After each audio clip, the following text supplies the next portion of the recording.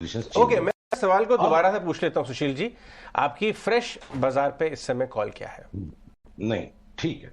तो अब जो है, बहुत सारे जो लैगार्ड्स हैं उस पर अभी भी हम पुलबैक में खरीदारी करेंगे। और निफ्टी, बैंक निफ्टी खासकर, ये अब कल शॉर्ट सेल ट्रिगर हो गया और आज कंफर्म हो गया है। आपके सामने देखिए जो निफ्टी की जो चार्ट है, मैं आपके सामने इस पैटर्न को ड्रॉ कर देता हूं। ये बेसिकली एक बुल मार्केट मूव नहीं है, ये रैली पैटर्न है। क्योंकि ये यहां से सिर्फ WXY होके पहला लार्ज ए वेव बना, और उसके बाद ये 1 2 3 4 5 हो गया, जिसमें आपको एक बुल मार्केट के जैसी बू आएगी। पर ये है नहीं, क्योंकि इसके पांव पहले नीचे कमजोर हो चुके हैं। ये WXY और 1 2 3 4 5 मिलके लार्जर डिग्री ABC पैटर्न बना हुआ है। अब देखिए, मैं थोड़ा सा अनौपचारिक भाषा में बात करूं जिससे बात आसान समझ में। आज शुक्रवार है तो डिम्पी जी शाम को कहीं जाके बैठेंगे, तो गौर करेंगे अगल बगल की टेबल पे जो लोग कुछ भी पदार्थ पी रहे हैं, कोका कोला पी रहे हैं, नींबू पानी पी रहे हैं, जो भी उनको पसंद है पी रहे हैं, तो लास्ट की जब घूंट आती है ना, तो gentleman and ladies do not slurp it, वो सुड़कते नहीं है। सुड़केंगे तो कपड़े गंदे हो जाएंगे, अगल बगल में लोग देखेंगे। तो यहां से जो निफ्टी ने सुड़कना शुरू किया, ये लास्ट वाली सुड़क है। और हमने सुड़क में पार्टिसिपेट करने से रिफ्यूज किया, क्योंकि ये 6% बनाने की जगह इंडिविजुअल बी ग्रुप के स्टॉक्स में 30-30 40-40% बन रहे हैं। या F&O में भी जो एस्ट्रल जैसे स्टॉक है, कहां से कहां भाग गए।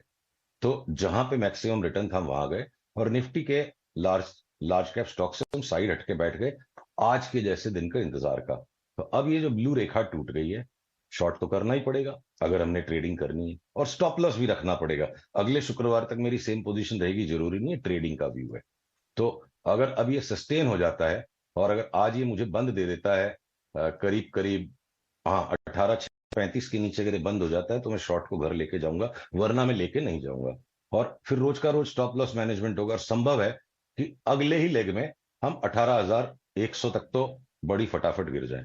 और क्या अगर फेयर इतना पॉइंट। मूव आएगा, तो उसके अंदर के जो पैटर्न्स है उसको देख के मैं अपडेट करूंगा कि मेरा 15,000 का कॉल ट्रिगर हुआ कि नहीं।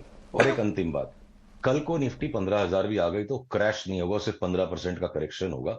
और उस 15% के करेक्शन में ऐसे बहुत से बी ग्रुप के या ए ग्रुप के साइड काउंटर के स्टॉक्स हैं, जो 10-12% के करेक्शन में हमें उनको दबोचना है। हो सकता है वो इतने नीचे घटे भी नहीं इसके साथ। एक 15% का लार्ज कैप्स में करेक्शन कोई आश्चर्यजनक बात नहीं है। हाँ, अगर कोई क्रैश लाइक सीन बनेगा तो वो लार्ज कैप बैंक्स में बन सकता है। वहां मुझे 25 से 30% तक की भी घटत ज्यादातर बड़े नामों में आती नजर आती है। ठीक है, फेयर पॉइंट। यानी आपने पिछले कॉल से इस कॉल में एक्चुअली ये बदलाव किया है कि आपने अपने स्टॉप लॉसेस थोड़े से बदल दिए। ओवरऑल लार्जर कॉल अभी भी बदली नहीं है। मैं अब थोड़ी सी राय आपसे जानना चाहूंगा, जो साइड काउंटर्स में आप बता रहे हैं जहां अपॉर्चुनिटीज एक्चुअली बढ़त की आ सकती हैं इस कमी में भी इंडेक्स के बावजूद, उनकी तरफ आप कौन से चार्ट शेयर करना चाहेंगे? देखिए, जैसे जी है, ये एक अलग ही साइकिल चला रहा है, और हर बार यही होता है, जब बाजार का करेक्शन चालू होता है जी भागना शुरू हो जाती है। तो अगर मैं आपके सामने ये मान लो, जी है या ABFRL है जो हमारे रीसेंट बाइज है, तो अब देखिए, पहले लैगार्ड्स चले। निफ्टी के इस लास्ट के 700-800 पॉइंट में, 700 पॉइंट में लैगार्ड्स चले। अब जो बिल्कुल ही नहीं चले, जिनका कोई भविष्य किसी को नहीं दिख रहा था, वो भी चल पड़े हैं। तब ये जी यहां से एक हमको अभी भी ट्रेडिंग रिबाउंड 220 तक का दिखता है। उसके बाद फिर टेक प्रॉफिट के बाद देखेंगे री एंट्री कहाँ होगी। और हमारा व्यू है कि जी जब तक ये 177 के जो न्यूनतम स्तर पे भी गया था उसको नहीं तोड़ता है, तो 400 की चाल शुरू हो गई है। तो मैं अगर यहां से डबल होता देख रहा हूं किसी स्टॉक का, तो मैं इंडेक्स से 15% की मूवमेंट पे इन्वेस्टमेंट बंद नहीं करूंगा।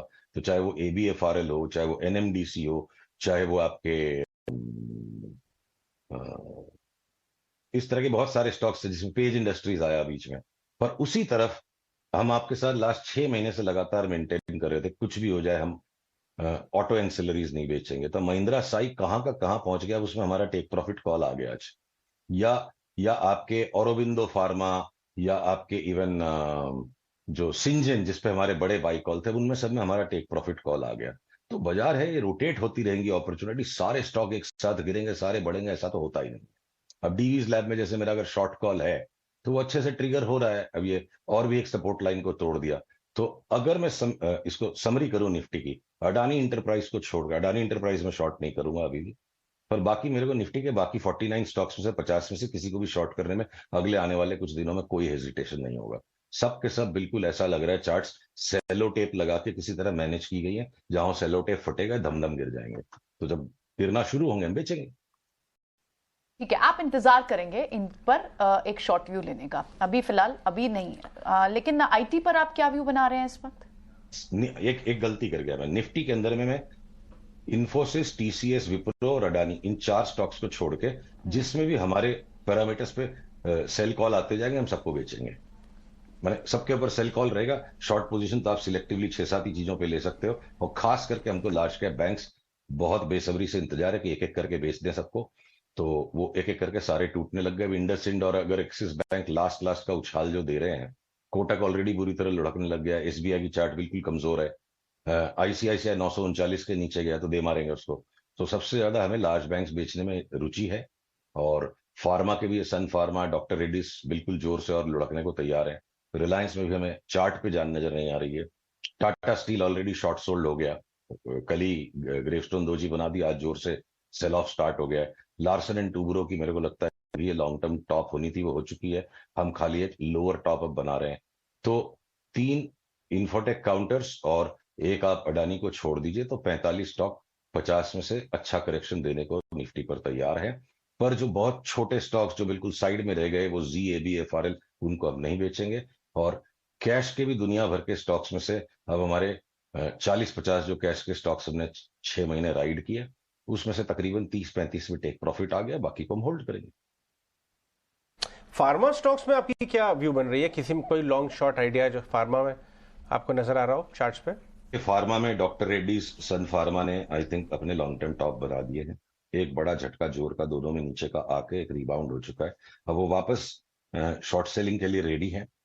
औरोबिंदो और सिंजन ये लॉन्ग टर्म अप साइकिल के स्टॉक्स हैं, जिनमें एक बहुत बड़ी अप साइकिल आ गई, एक लेग आ गया, तो उनको हम शॉर्ट नहीं करेंगे, उनमें हम टेक प्रॉफिट करेंगे।